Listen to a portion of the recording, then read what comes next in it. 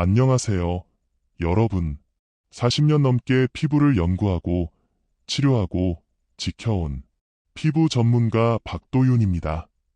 올해로 73을 맞이한 저 역시 누구보다 피부 때문에 마음고생을 많이 해봤습니다. 오늘 이 영상을 클릭하신 여러분, 혹시 이런 생각 한 번쯤 해보셨나요? 화장은 갈수록 안 먹고 얼굴엔 검은 점들이 점점 늘고 거울 보기 싫어지는 나 자신이 미워지더라. 혹시 오늘도 거울 앞에서 한숨 쉬셨나요? 사실 이 영상은요, 누구보다 그런 마음을 잘 아는 제가 진짜 도움이 되고 싶어서 정말 오랜 시간 준비한 이야기입니다. 제가 오늘 말씀드릴 내용은 유튜브에서 흔히 보는 민간요법이 아닙니다. 식초에 레몬 넣으면 기미가 싹 사라진다. 베이킹소다로 각질 벗기면 피부가 환해진다. 이런 말들, 진료실에 오는 수많은 분들이 그대로 따라 하셨다가 오히려 피부가 망가져서 후회하고 계십니다. 그래서 오늘 이 영상에서만큼은 의학적으로 검증된 방법, 실제로 효과 본 환자들의 사례, 그리고 제가 직접 실천해본 레시피까지 하나도 빼놓지 않고 전부 드릴 겁니다. 그리고 무엇보다 중요한 건 여러분이 직접 따라 하실 수 있게 비율, 방법, 타이밍까지 아주 구체적으로 알려드릴 거예요.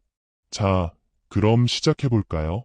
검버섯 기미 죽은 깨, 왜 생길까? 우리가 흔히 말하는 기미, 검버섯, 죽은 깨. 이 세 가지는 이름은 다르지만 근본적인 원인은 비슷합니다.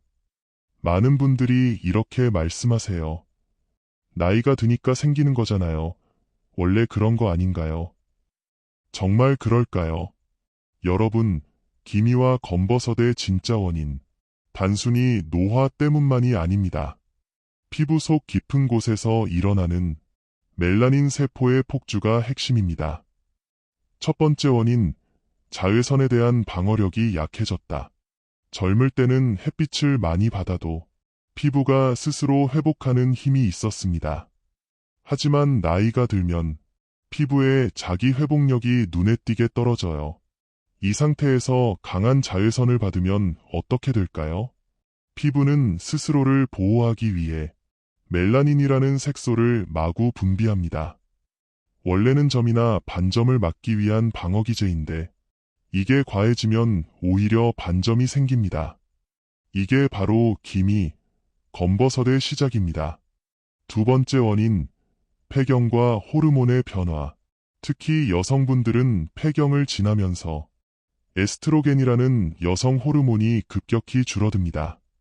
이때 멜라닌 세포는 말 그대로 제어불능 상태가 되어 생산을 멈추는 타이밍을 놓치고 색소를 계속 쏟아내는 거죠.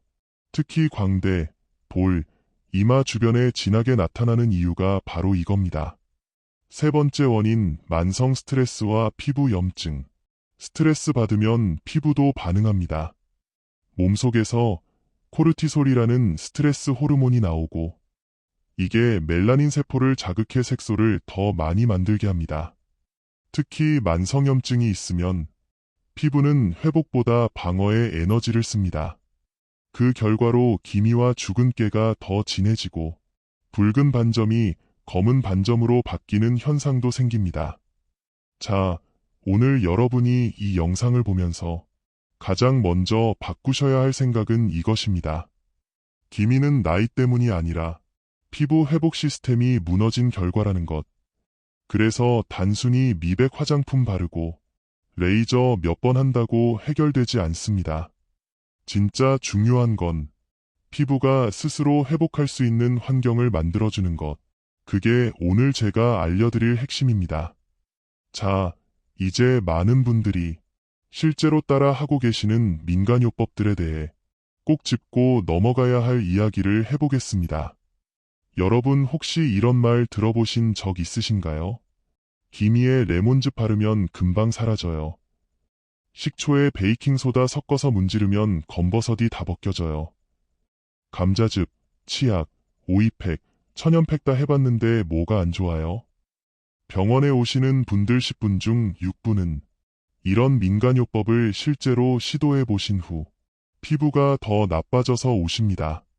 그 중에서도 제가 지금부터 말씀드릴 4가지 방법, 절대로 따라하지 마십시오. 첫 번째, 레몬즙 마스크.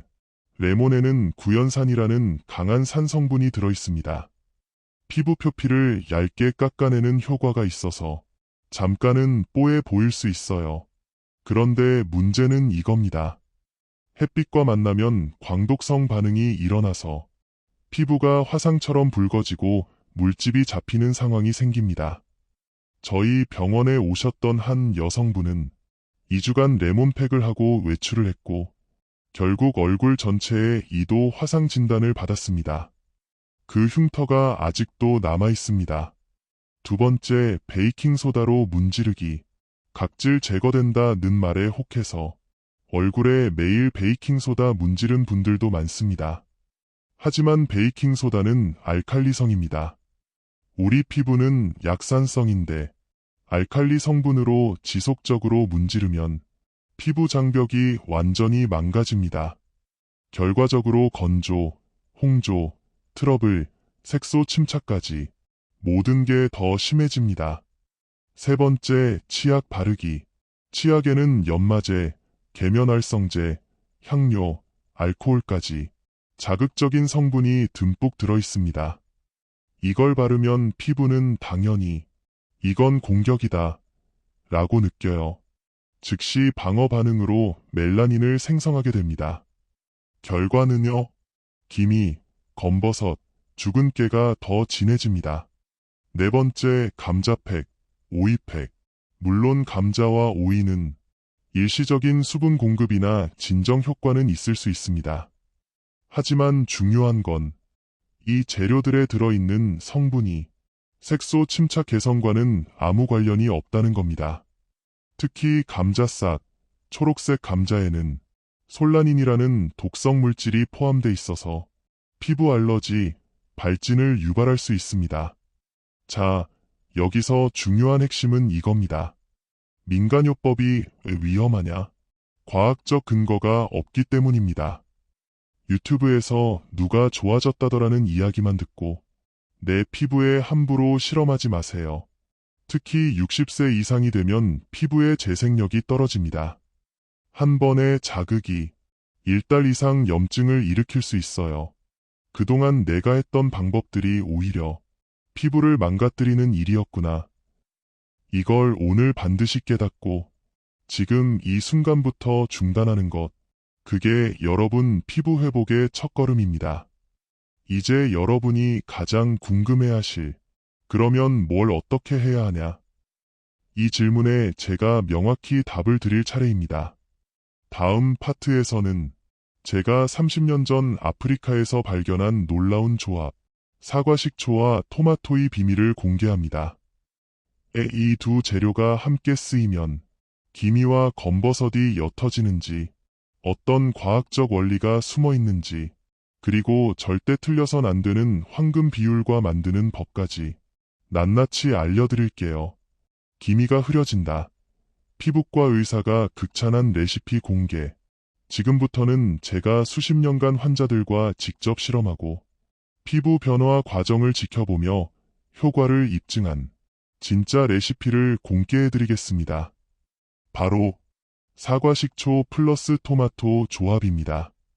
사과식초랑 토마토요. 그게 무슨 피부에 좋아요?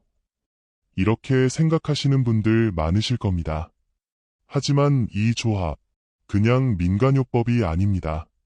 제가 30년 전 아프리카 말라위에서 현지인들의 맑은 피부에 주목하면서 직접 분석하고 실험하면서 발견한 조합이에요.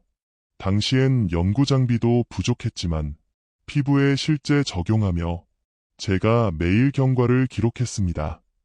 지금부터 이 두 가지가 피부에 강력한 영향을 미치는지 의학적 근거와 함께 설명드릴게요.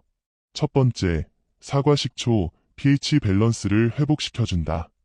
사과식초는 약산성을 띱니다. 우리 피부도 건강할 때는 pH 4.5에서 5.5 약산성입니다. 그런데 나이 들면서 피부는 점점 알칼리화됩니다. 이때 사과 식초가 피부를 다시 약산성 상태로 돌려주고 멜라닌 생성 환경을 억제합니다. 게다가 사과 식초에는 폴리페놀이라는 항산화 물질이 들어있어 자외선으로 생긴 피부산화 손상을 줄여줍니다. 두 번째, 토마토 천연 라이코펜의 힘. 토마토 속 라이코펜, 피부의 색소 침착을 유도하는 활성산소를 제거해줍니다. 특히 익힌 토마토는 라이코펜 흡수율이 생토마토보다 3배 이상 높아요. 그래서 제가 추천하는 방식은 생토마토가 아닌 살짝 데친 토마토를 쓰는 겁니다. 이 조합이 강력한 이유는요. 피부 표면을 정돈해주는 식초와 피부 속 산화 스트레스를 줄이는 토마토가 같이 작용하기 때문입니다. 사과 식초 플러스 토마토 미백팩. 재료: 유기농 사과 식초 1스푼, 데친 토마토 반개, 껍질 제거 후 으깬 것, 정제수 1스푼, 천연 요거트 1스푼. 선택. 만드는 법. 데친 토마토를 으깹니다. 사과 식초와 정제수, 요거트를 섞습니다. 얼굴에 바르기 전 귀 뒤나 턱 밑에 테스트합니다. 24시간 후 이상 없을 때 사용. 5에서 10분 정도 얼굴에 얇게 도포 후 미온수로 헹굽니다. 주 1, 2회만 저녁에만 사용하세요. 절대 아침, 외출 전 안 됩니다. 주의할 점. 사용 전 패치 테스트는 필수입니다. 민감성 피부는 정제수 비율을 늘리고 사용 시간은 5분 이하로 제한하세요. 사용 후엔 보습제 꼭 발라주세요. 이 레시피는 실제로 60대 이상의 환자분들이 사용하고 기미가 흐려지고 붉은 반점이 줄었다는 피드백을 많이 받았습니다. 하지만 이 레시피만으로는 부족합니다. 왜냐고요? 피부는 외부 자극보다 내부 환경에 더 민감하기 때문입니다. 아무리 좋은 걸 발라도 내 몸속 환경이 엉망이면 기미는 다시 생깁니다. 그래서 다음 파트에서는 진짜 중요한 식단과 생활 습관을 소개해 드릴 겁니다. 이건 꼭 바꿔야 기미가 흐려진다는 제가 피부과에서 매일 강조하는 3가지 습관, 그 핵심 내용까지 놓치지 마시고 꼭 들어보세요. 피부는 바르는 것보다 사는 방식이 먼저입니다. 여러분, 앞서 소개한 사과 식초 플러스 토마토 레시피 정말 효과는 있습니다.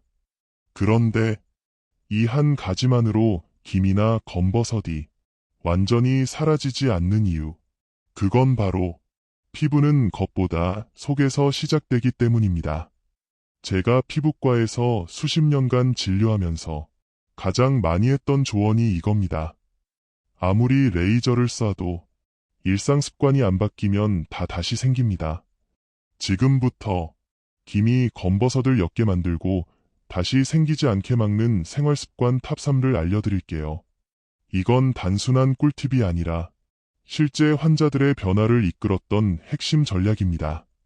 첫 번째 습관, 아침 햇살 피하지 마세요. 다만 시간을 지키세요. 많은 분들이 말합니다. 햇빛이 기미 생기게 하니까 밖에 안 나가야겠어요. 하지만 그건 절반만 맞는 말입니다. 아침 7시에서 9시 사이 햇빛은 자외선 B는 적고 자외선 A가 많은 빛입니다. 이 시간의 햇살은 우리 피부 속 멜라닌 억제 유전자를 활성화시켜주는 자연 비타민 D 보충제 같은 역할을 해요. 단 10시 이후엔 반드시 선크림을 발라야 합니다. 피하지 말고 똑똑하게 관리하세요. 두 번째 습관, 물보다 먼저 단백질을 먼저 드세요. 피부의 재생력은 어디서 오냐고요? 바로 콜라겐, 엘라스틴 같은 단백질 성분입니다. 그런데 50세가 넘어가면 단백질 흡수율이 절반 이하로 떨어집니다. 그래서 아침 식사 때 첫 입을 단백질로 시작해야 몸이 단백질이 들어왔구나 하고 효율적으로 분해하고 피부로 보내기 시작합니다. 추천 식단. 아침 첫입 계란 1개 오어 두부 100g. 점심 저녁 생선, 닭가슴살, 콩류.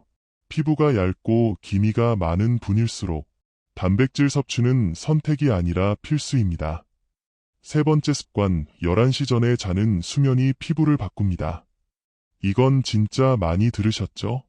그런데 제가 오늘 왜 11시 전에 자야 하는지 과학적 이유를 알려드릴게요. 밤 10시, 2시 사이 우리 몸은 멜라토닌이라는 노화 억제 호르몬을 생성합니다.